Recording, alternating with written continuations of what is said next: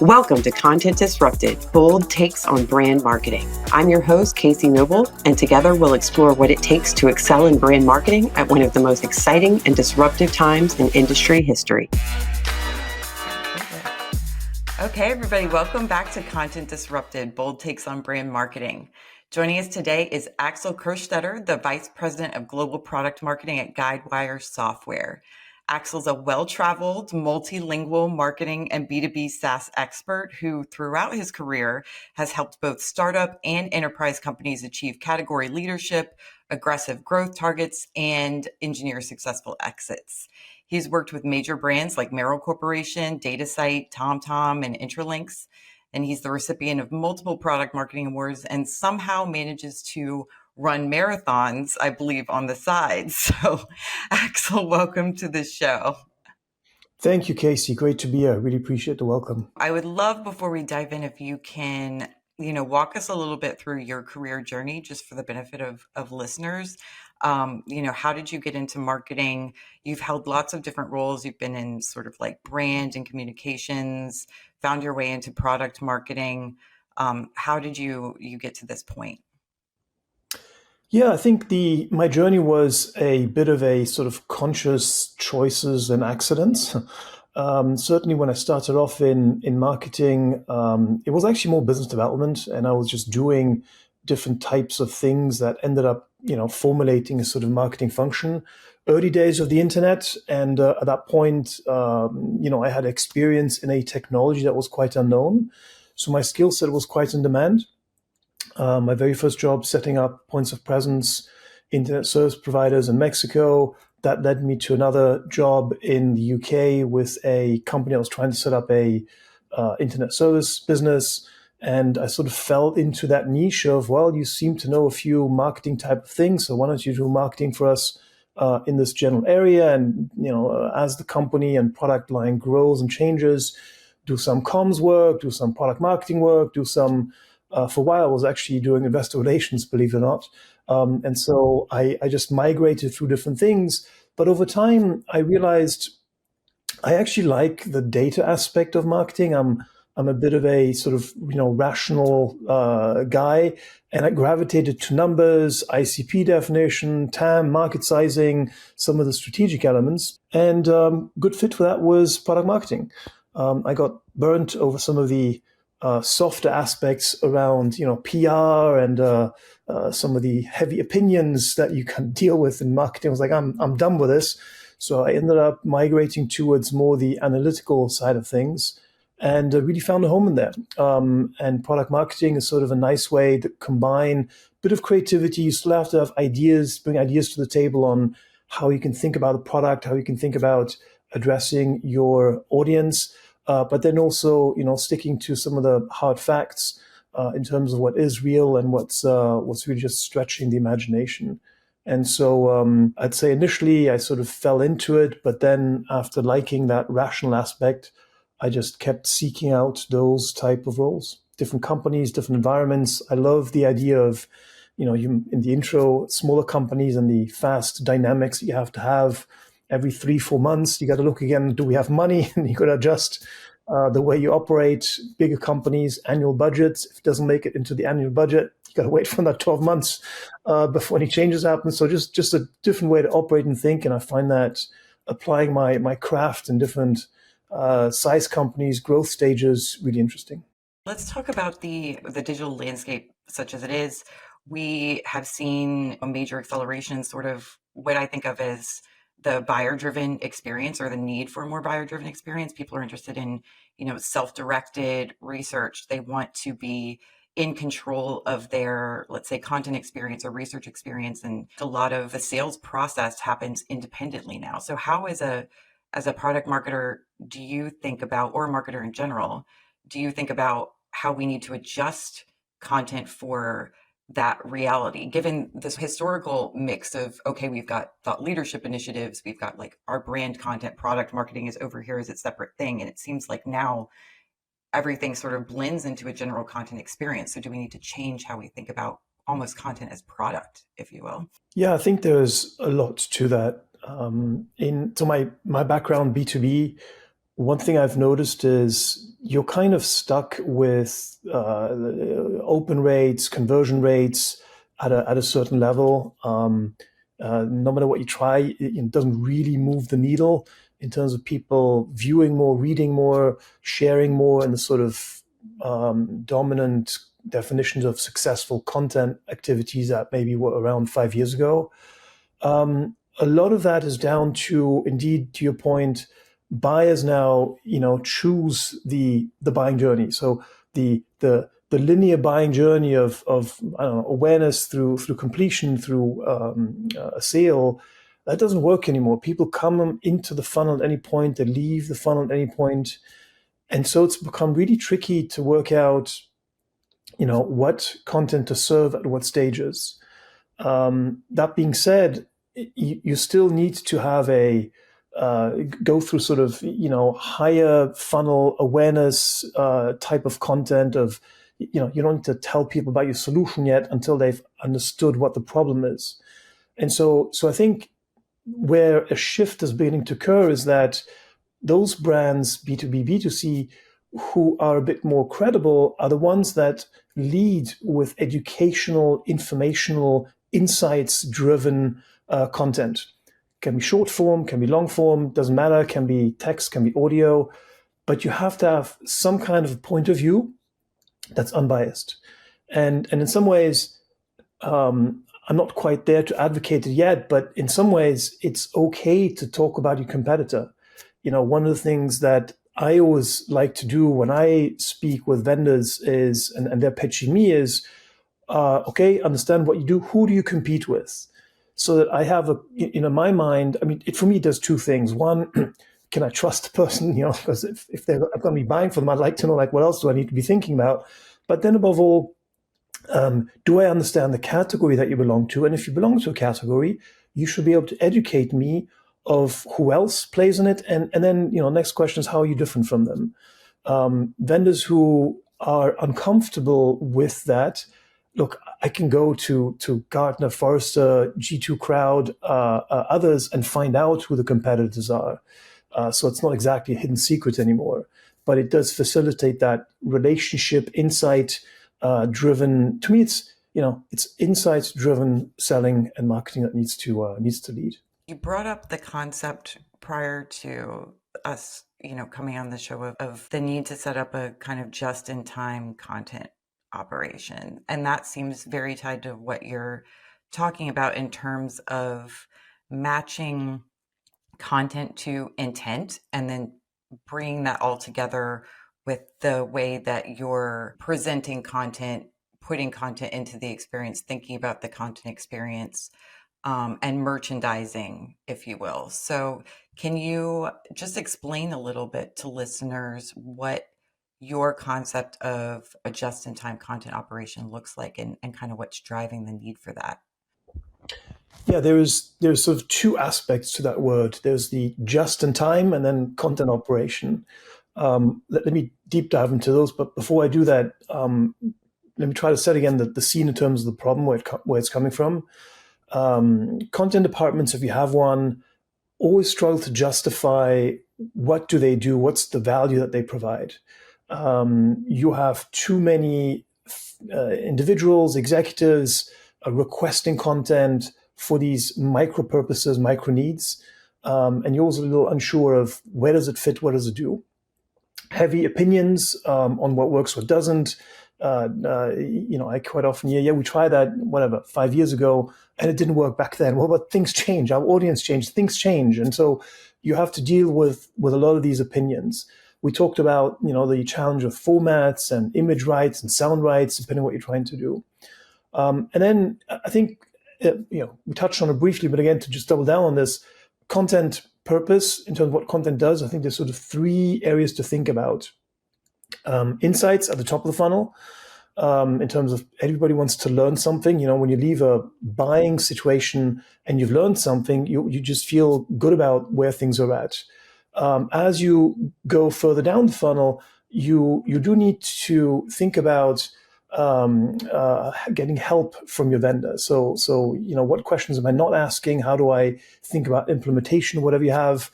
And then towards the tail end, It's really like, where am I your guinea pig? Have others done this before? So that reassurance. And so, what's the common thread amongst all of that? It really is a consistency around data, around points of view, around quotes, around a knowledge library of content and information.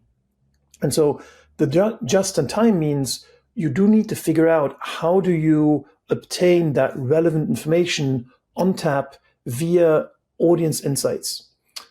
So that's one aspect, creating your audience and engaging with that audience for that content, which you can then turn back into various marketing assets. And then the other aspect in that sort of JITCO, just-in-time content operation, is really focusing on the content operation. There are technical elements to operating content with quality. You still need to go through your quality checks, your referenceability. You got to be thinking about, how do I tag things? What was the source? Where did it come from? Especially when you get into the realm of statistics and data, is it sort of statistically relevant, or is it just a pulse check, a higher level sort of a pulse that you sent out and asked people what they thought? So you got to have an operation to manage that content behind it, irrespective of once it goes into workflow and creatives get their hands on it and create something with that content. So the key is really just in time, having an ability to plug into an audience and then combine that with a content operation that can stream it out. And so much of this hinges on audience identification and having the right understanding of who your buyer is, or who's involved in that decision-making process. Who does your buyer need to answer to? Who's signing the check? Who's doing the research? How do you approach audience identification, buyer personas, and ensuring that you're targeting the right folks so that you can build an infrastructure around messaging that's relevant to them? Yeah, the buyer persona challenge is also really really tricky, because um, it depends on the type of product you have, and sort of smaller companies, or really the products that represent lower volume, lower value, monetary value. You probably have a person who's buying a tool, but as you go and sell to companies, things start getting a little bit more complicated, and because you're dealing with a buying center that's usually made up of multiple personas. Even when you have, think of something like in departmental sales, you want to sell something to the marketing department. The higher up you get, the less likely you are to actually decide on the purchase. Yes, you have the sort of checkbook, but you're not using the tool on a day-to-day basis. Your team uses it on a day-to-day basis. So the classical buyer persona message, the message for the CMO, great, except that the CMO never uses it. And the biggest challenge in B2B acquisition is you have to use the stuff in order to obtain value out of it. If after 3-6 months nobody uses it, it's gone. You just stop using it. And so the real buyer is actually that combination between buyer, checkbook, and user, who's going to be benefiting from the value that, in my case, I do a lot of software, that the software provides you with. And this is where quite often there's a disconnect between user experience research and buyer research, or the buyer messaging. And you really need to start to come much more together, with a view also of, within a buying center, who's sort of influencer, who is supportive decision maker, to tell a more holistic story. And quite often what I see when I see buying persona overviews, very high level, and not really going to the depth of what does the day-to-day look like, what do they read, what do they think, how do they interrelate with other members of that sort of buying persona, buying group entity that ultimately you're trying to engage with.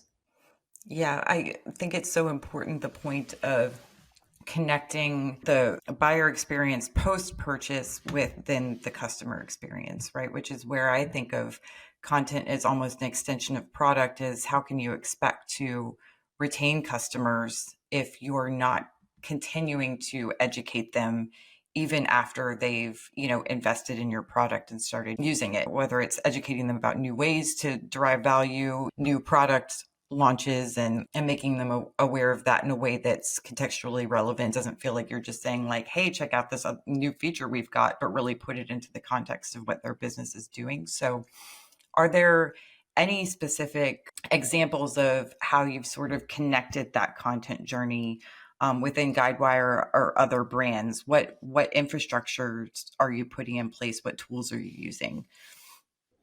Yeah, so my own best implementation of this sort of just in time content was probably when I worked at DataSite and I had a standalone content responsibility.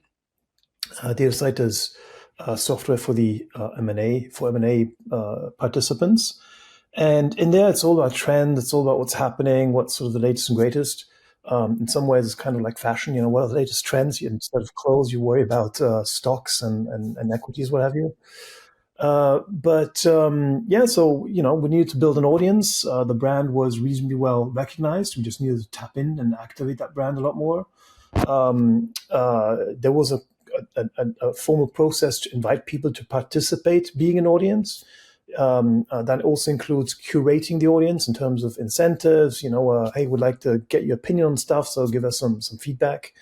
I think one thing that's a little bit under the radar is you do have to think about output as well.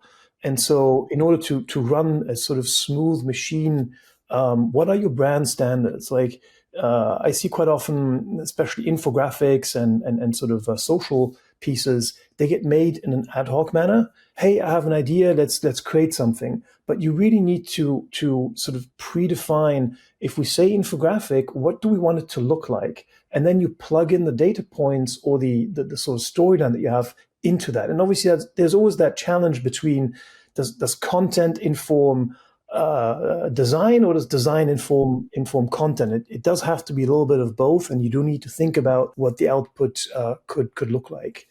We already talked about sort of some of the tagging technologies and validation processes, workflow automation, and. But yeah, there's a healthy amount of sort of planning that goes into it to set it up. But it's ultimately anyone can do it. This is not a $1 million investment that's required. It's more a process and a way to think and operate versus a sort of standalone tool set.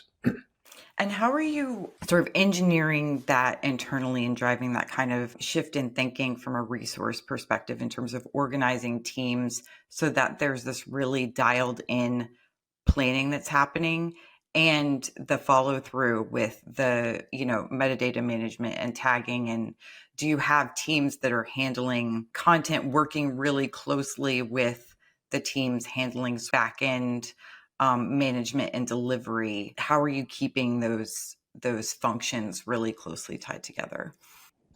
I think this is standard management practice, to be honest. You got to provide people with a strong vision, purpose, have sort of milestones in place.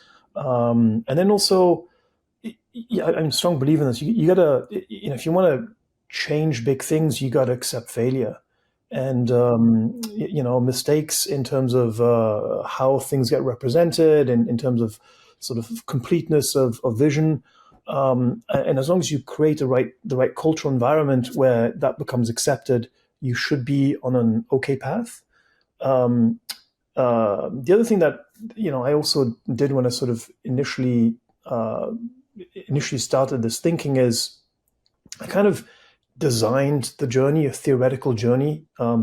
If you believe in design thinking, you got to show what it looks like, and so showing how the setup could be, how the design of a survey of an audience panel could look like. It really helps people visualize the ask, and it didn't actually occur to me back then. It's been more of a recent insight for myself. But as I've been sort of playing this in my own head in terms of what this just-in-time content operation is, I've kind of begun to associate it somewhat with somewhat of the fast fashion type of world, where essentially you have to have an operating entity in terms of quickly printing, producing clothes that takes it from catwalk to a high street store. And what you're selling is trends. What you're selling is look what's cool, what's hip. But what really makes the difference is that fast turnaround from one thing to the next. We have a visual, a parallel of where some of this can happen in a different environment. It helps understand this is not like rocket science. This is something that we do just in a different way. And how are you tracking from a data perspective, collecting buyer data in order to get that, just in time content right? To know what trend you need to be creating content around. So putting aside for a second the ability to execute really quickly, at speed with precision, how do you know what your focus should be in the first place on an ongoing basis? Yeah, this is where that industry knowledge that does have to come in. This is where you do have to have a baseline of, what environment you operate in, what sort of is hot, what is not. So yeah, that's going to be a challenge. But put it this way, the output is not that difficult. A couple of weeks ago, there was a study by, I believe, Boston Consulting Group, where they compared AI usage, or content production with or without AI, and they sort of had a measure of speed and quality. And it turns out on both fronts, the quality, both speed and the quality, was higher when using AI.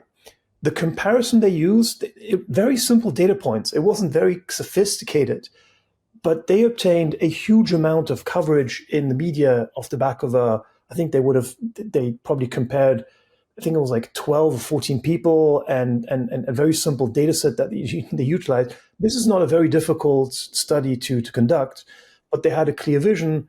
The thesis was AI, poor quality. So is it impacting the quality and in a marketing sense, therefore the brand?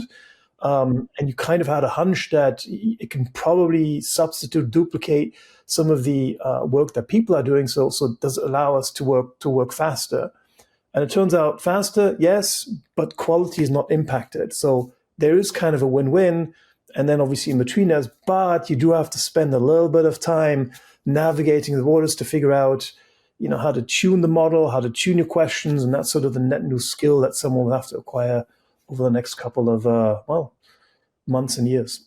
Right. Yeah. I think that that's really interesting because that's actually something our company has shifted into is AI powered content atomization specifically. So I think it lends itself well to what you were talking about, getting that speed. If you have sort of a content blueprint and you were talking about, form and function, you've got your sort of branded templates for these are the flavors of, let's say, infographic we do, or the type of study that we know this is how our audiences want to digest this information.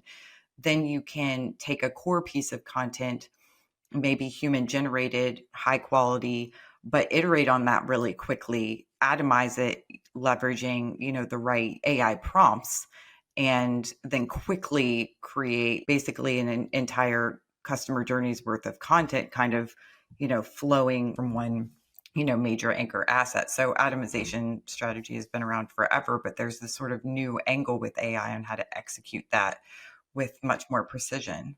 One thing that's still required, though, is the baseline of having an insight as to what pain points users have, what is sort of the challenge that they're not able to resolve with manual means or the current way of doing things.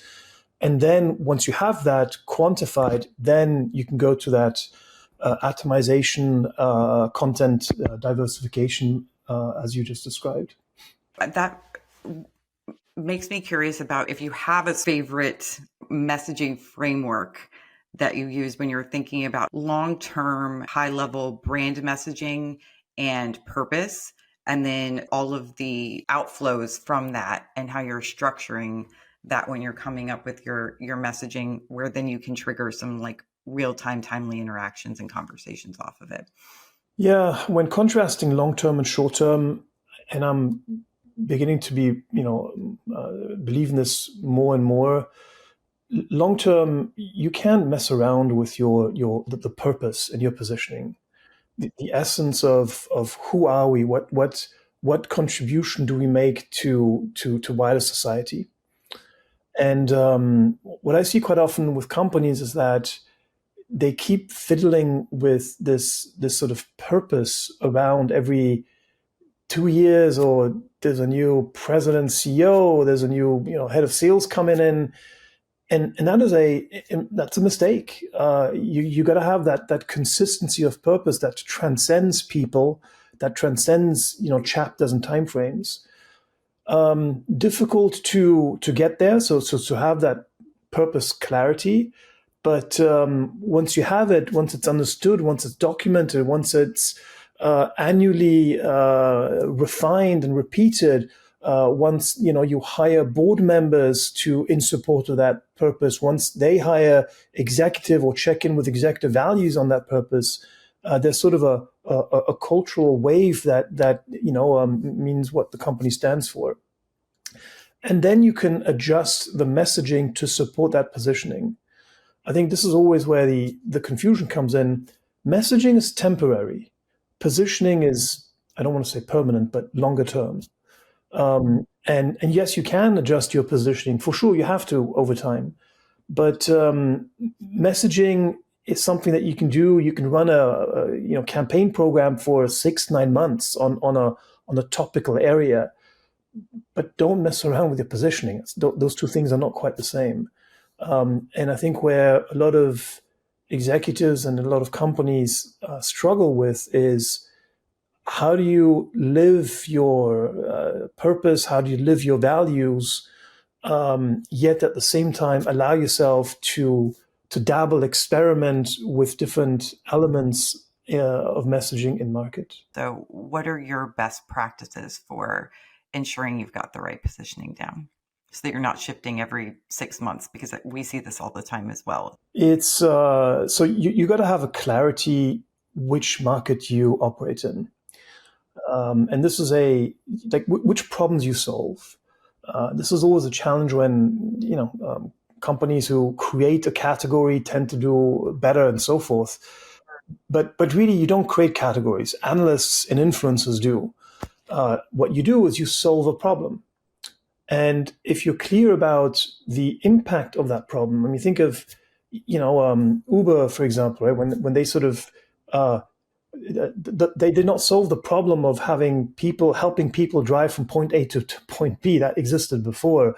But they solved the problem of having anyone being able to drive a taxi and reducing the sort of service fearfulness of what it means to jump into a taxi. And so you need to be clear as to what market do you operate. And then, just because you have product doesn't mean that's the problem that you solve for. So you do have to check in with your audience, early adopters or whatever. What do we do? What problems does it solve for you? And make sure that what you think you're solving is actually resonating with them as well. Because that's quite often where you run into that challenge of, I thought we were solving this problem, but you're telling me we're actually doing this. And that's sort of you got to bridge those two to come to a common ground. I'm not a firm believer in supply or demand. It's sort of the two have to come together.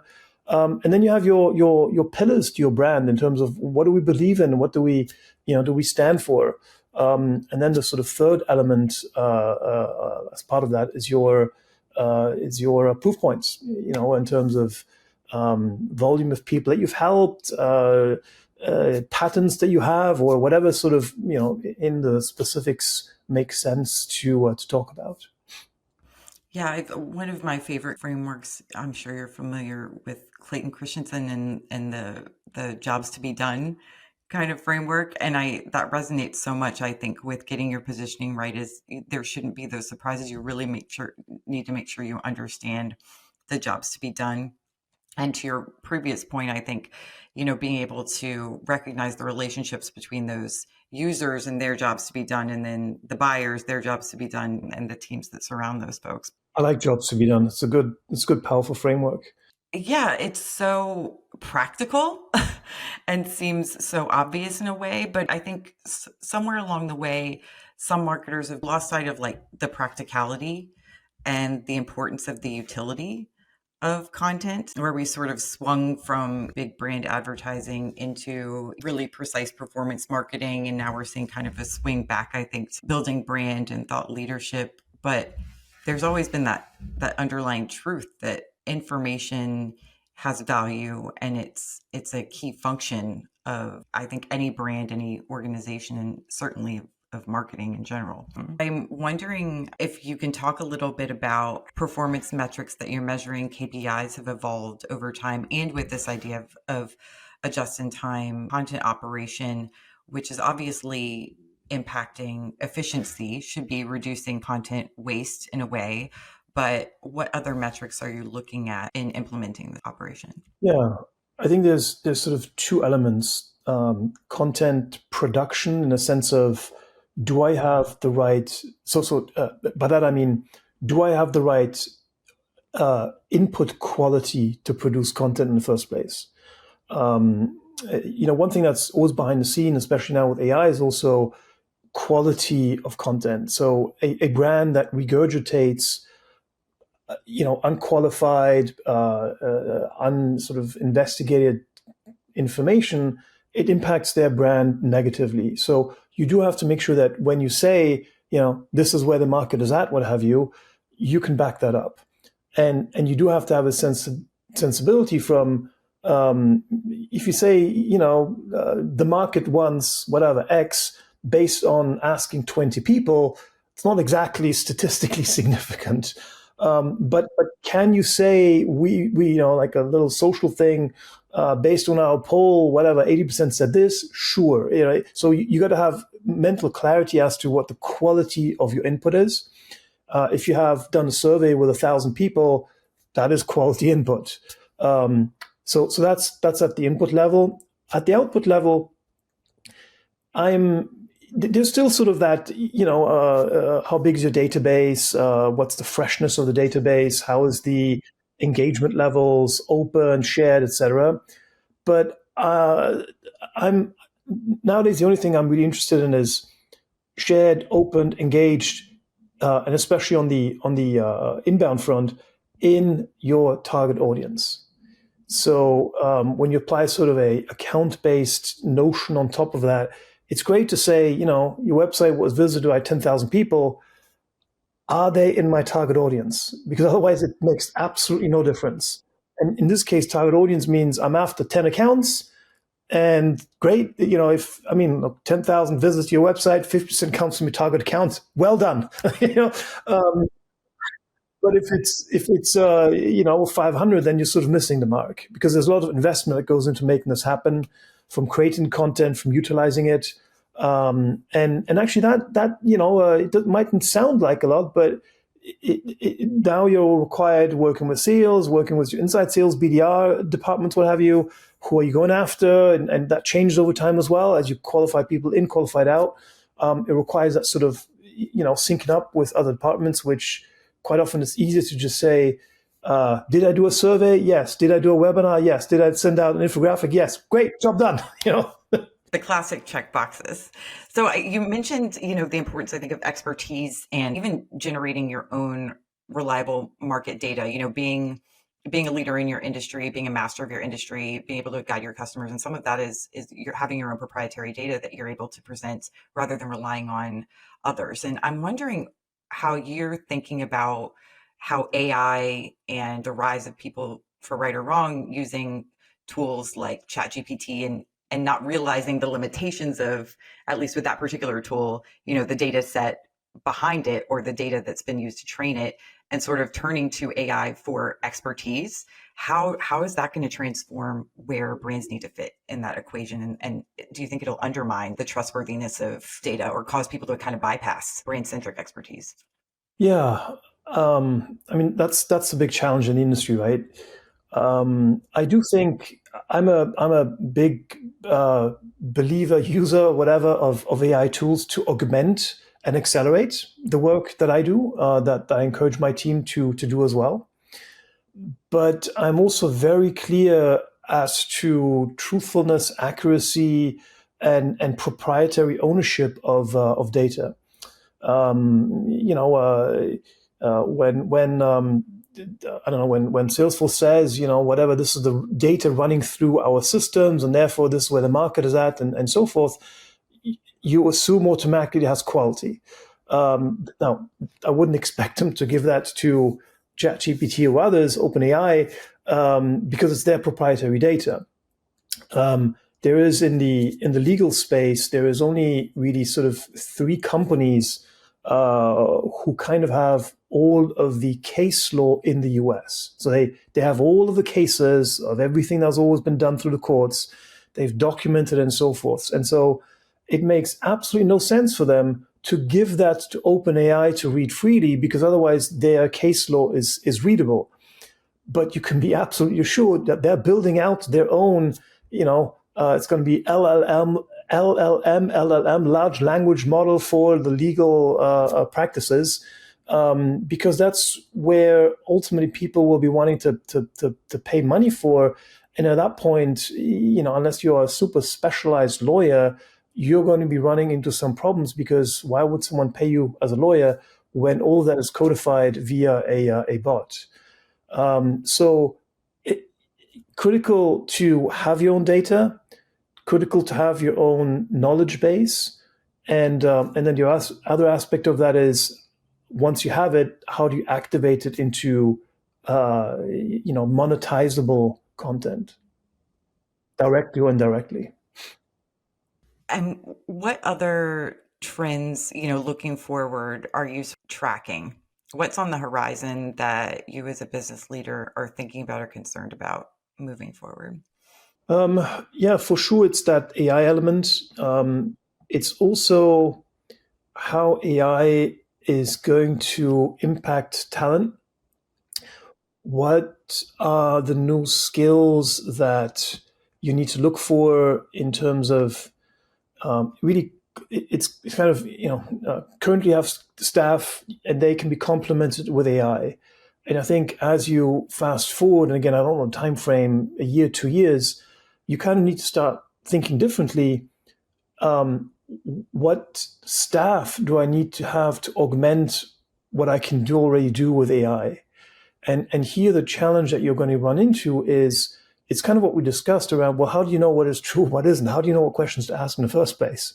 That requires a little bit of, knowledge, bit of background, and if you apply this to the wider society context, yeah, I mean, I am a little concerned how younger generations will be able to pick up on this sort of common knowledge, instinctive knowledge, and what it means for society in a larger context.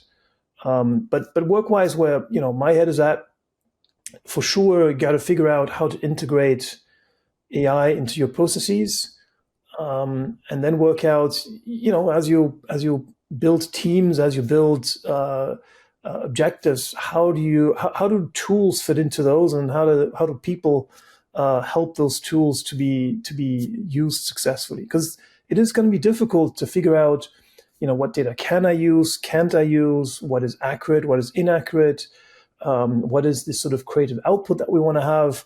You got to think about all of these process things, and then have people to participate in that, and/or at a more senior level, obviously, to create those processes in the first place.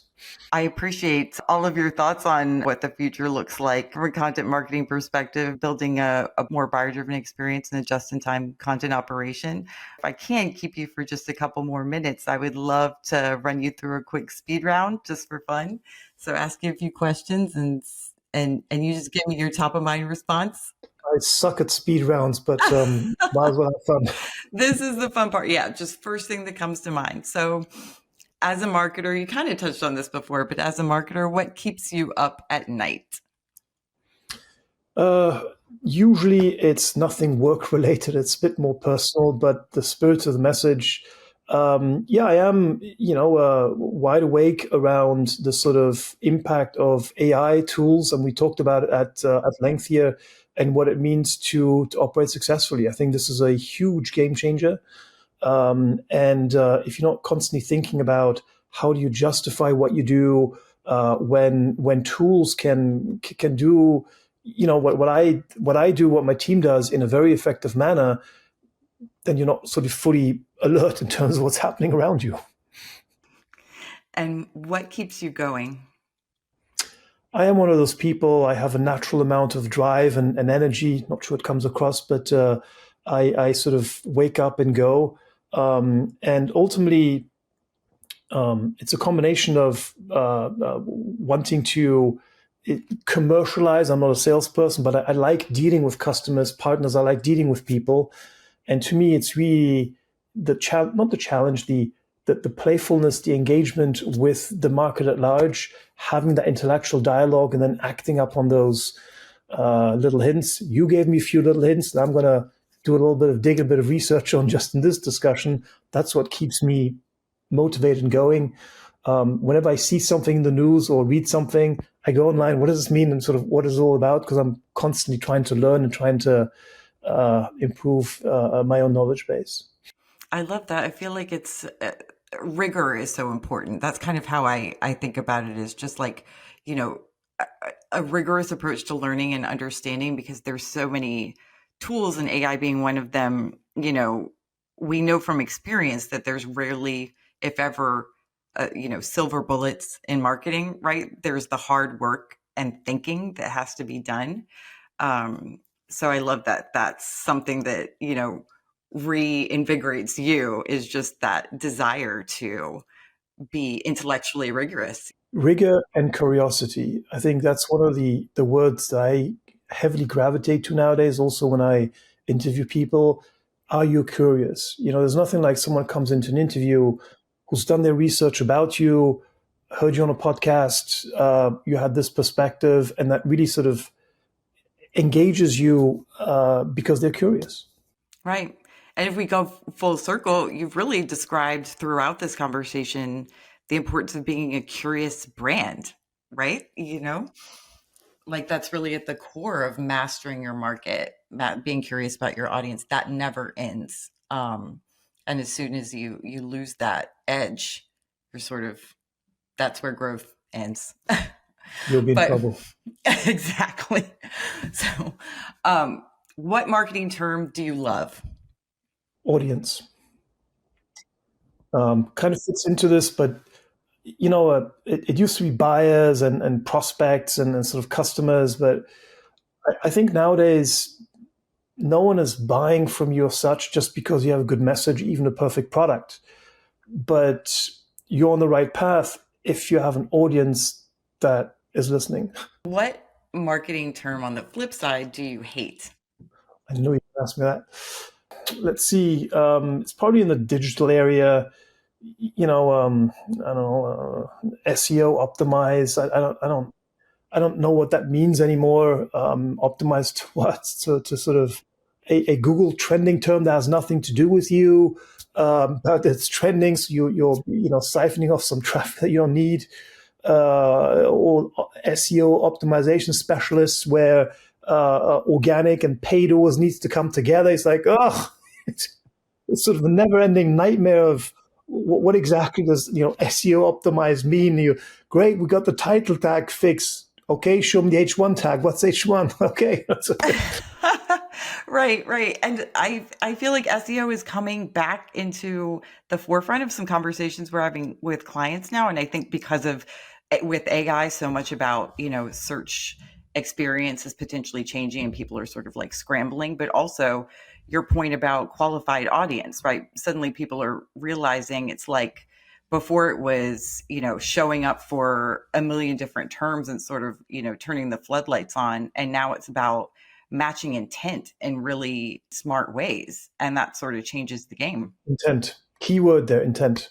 Yep, love it. What emoji best describes the current state of marketing? I think it would be probably a sort of hopeful question mark type of an emoji. I think my sense is when I talk to fellow marketers, I think there is a degree of optimism and positivity out there. Marketing has gotten hard, but I think selling has gotten even harder because of the choices, the availability of choice. And so that's sort of the positive. And then the question mark is around that AI thing. Like, what exactly does that mean for us? But yeah, so I don't, visually, I don't know what that would look like, but sort of, I don't know, a sunshine type of a smiley thing, and then maybe a little question mark on the side. That's I kind of love what I'm it. I thinking. think you've just invented a new emoji, so that's cool. We need that one, clearly. And then finally, the age-old debate: quality or quantity. Oh boy. We started off by my title, product marketing. And when people ask me, how do you measure product marketing? I always try to distinguish between metrics that you influence, that you can report upon, versus metrics that you own outright. And when it comes to outright ownership, I can't move away from it. It sounds very old school, but I can't move away from it. It's content produced, and it's not the quantity, it's the quality measured by content consumed. Content produced, content consumed. And so, to answer your question, it's a mix of the two. So you're measuring quality in large part by if it's being consumed, then it has value. And do you think of that as like internal consumption as well as audience consumption in equal measure? Absolutely, absolutely. And look, so it's quite often what happens. Obviously, when you have a channel and you actively push out a piece of content through an email, and obviously you're gonna have a lot of downloads. And so you can have an imbalance of demand teams say, oh, look at this downloads, we've got to have more of this content. And sure, that is correct. But if you activate a different type of channel, you might have different type of results. And so part of the role of the content producer is also to make sure that they go out to the various channels and advertise their content. It's almost like channel activation of content. And that takes time. And that time is going to be time not spent on yet another piece of content. So on the quantity, it's like, well, you're better off producing one piece of quality, which makes your job of activating it through the various channels that you need to serve a lot easier than producing 10 poor quality contents that no one across the channel is going to use. So that's kind of the time trade-off that you need to make. Content produced, great, you can spend a lot of time on that, but if no one uses it, then it's a waste of time. Likewise, if you only have one piece that it's only activated in one channel, then you have, you're falling short on the activating other channels that you have available. And you have to find the balance by making sure that whatever you produce, you reach out to the people, you explain what it is, you go to your PR team, you go to your demand generation group, you go to your whatever other teams you have to explain to them the value, the insight, the purpose, and so forth. That's effort, that's time. So it is that fine balance between, yes, you got to have quantity, because I can assure you, how many blogs did you produce in this year? One? It's a problem, irrespective of how good that blog is. But if you can say, whatever, 3-4 blogs, and look how popular they were, how consumed they were, and brand awareness and this and that, great. It's fine. I love the simplicity of that and the practicality: content produced, content consumed. Well, thank you so much, Axel. I really appreciate you coming on the show. Let's keep in touch and hopefully have you back on another time in the near future. Casey, thank you so much. Love the conversation.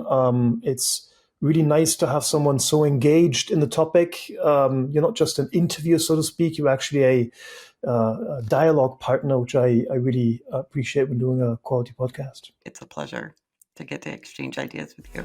Thank you. Talk soon. Bye. Thanks for listening to Content Disrupted, brought to you by Skyward. Stay up to date on the latest ideas and insights in brand building and content marketing by visiting our website at skyward.com. Join us for our next episode, where we'll continue to challenge marketing norms and inspire you with fresh strategies for growing business through brand storytelling. See you there.